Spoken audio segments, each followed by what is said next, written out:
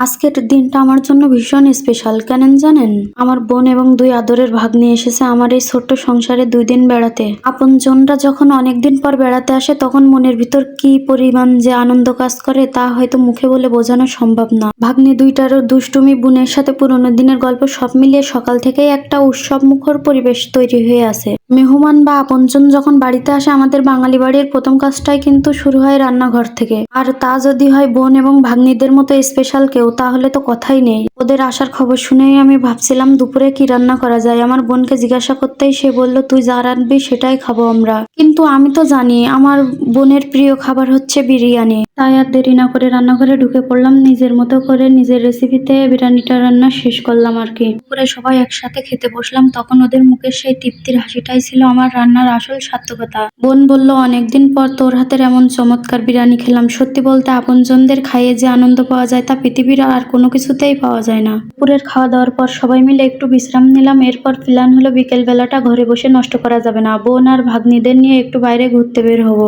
বাসায় বেশিরভাগ টাইম আমি আর আমার ছেলে একাই থাকি। আমার হাজবেন্ডের কাজে ব্যস্ত থাকে, তাই আমাদের বাসায় কেউ একটু বেড়াতে আসলে আমরা চেষ্টা করি বাইরে ঘুরতে নিয়ে যাওয়ার। মাঝে মাঝে আমাদেরকে নিয়ে বাইরেও যাই, কিন্তু বাড়ি থেকে কেউ আসলে তাদের সাথে ঘুরতে যাওয়ার মজাই লাগে আলাদা। আমার বাসাতে যেই আসুক না কেন, আমার বোন আসলে কেন জানি আমার অন্যরকম একটা ভালো লাগা কাজ করে। যাদের আলাদা একটা সংসার আছে এবং সেই ছোট্ট সংসারে যখন তার বাবা মা কিংবা বোন ভাই আসে, তাহলে কিন্তু বোঝা যায় আনন্দটা কতখানি লাগে। মাঝে মাঝে ভাবি বাস্তবতার এই জীবনে আমরা কতটা যান্ত্রিক হয়ে যাই। প্রতিদিনের চেনা শখ, কাজ, ব্যস্ততা এসবের মাঝে আমরা নিজেদের রিফ্রেশ করতেই ভুলে যাই। কিন্তু আজকের এই দিনটা কিন্তু আমি একদমই সেই একঘেয়েমি ভাবে কাটাবো না। তাই রেডি শেডি হয়ে অলরেডি বেরিয়ে পড়েছি ঘোরার উদ্দেশ্যে। বের হয়ে এই মেঘলা আকাশটা দেখে মনটা আরো ভালো হয়ে গেল।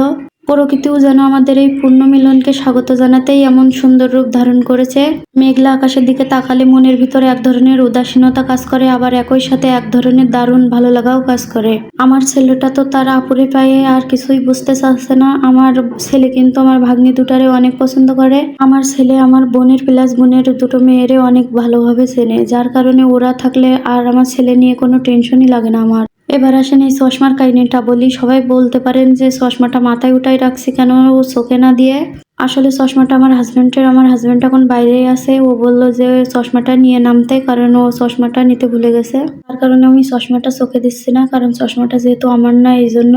এখানে আমি আর আমার বোন একটু ছবি তুলতে চাচ্ছিলাম, আর দেখেন সবগুলোই চলে এসেছে। আমার ছেলে তো কিভাবে তাকিয়ে আছে, ক্যামেরা দেখলেই সবগুলো দৌড়ঝাঁপ দিয়ে চলে আসে। কিন্তু কেউ যখন বাড়ি থেকে ফোন দেয় ভিডিও কলে, তখন আর কথা বলতে চায় না। আমার ছেলে ছোট হলে কি হবে, ওর দিকে ক্যামেরা ধরলে কিন্তু ও বুঝতে পারে। ও কিছুতেই ছবি উঠতে চায় না বা কথা বলতে চায় না কারোর সাথেই। বাড়ি গেলে তার নানা নানুকে ছাড়া বাঁচে না, আবার যখন চলে আসি তখন সে ফোনে কথা বলতেই চায় না, এমন একটা অবস্থা। আর এইদিকে মেঘলা আকাশ থেকে ভ্যানওয়ালা মামা তো এমন ভাবে ভ্যান টানছিল যার বলার বাইরে। দেখেই বুঝতে পারছেন, মনে হচ্ছিল ভ্যান থেকে এখনই পড়ে যাব। যাই হোক, আমরা যেখানের উদ্দেশ্যে রওনা হয়েছিলাম সেখানে পৌঁছে গেছি। আর আমাদের সাজনী বুড়িটা এখানে এসেও তার মেকআপ ঠিক করছিল। আর আমাদের এই ঘোরাঘুরিটা সম্পূর্ণ পার্ট কিন্তু 2টা হবে, কারণ এই ভিডিওতে যদি সবগুলাই দিয়ে দিই ভিডিওটা অনেক বড় হয়ে যাবে, আপনাদেরও একঘেয়েমি লাগবে। যাই হোক, আল্লাহ হাফেজ।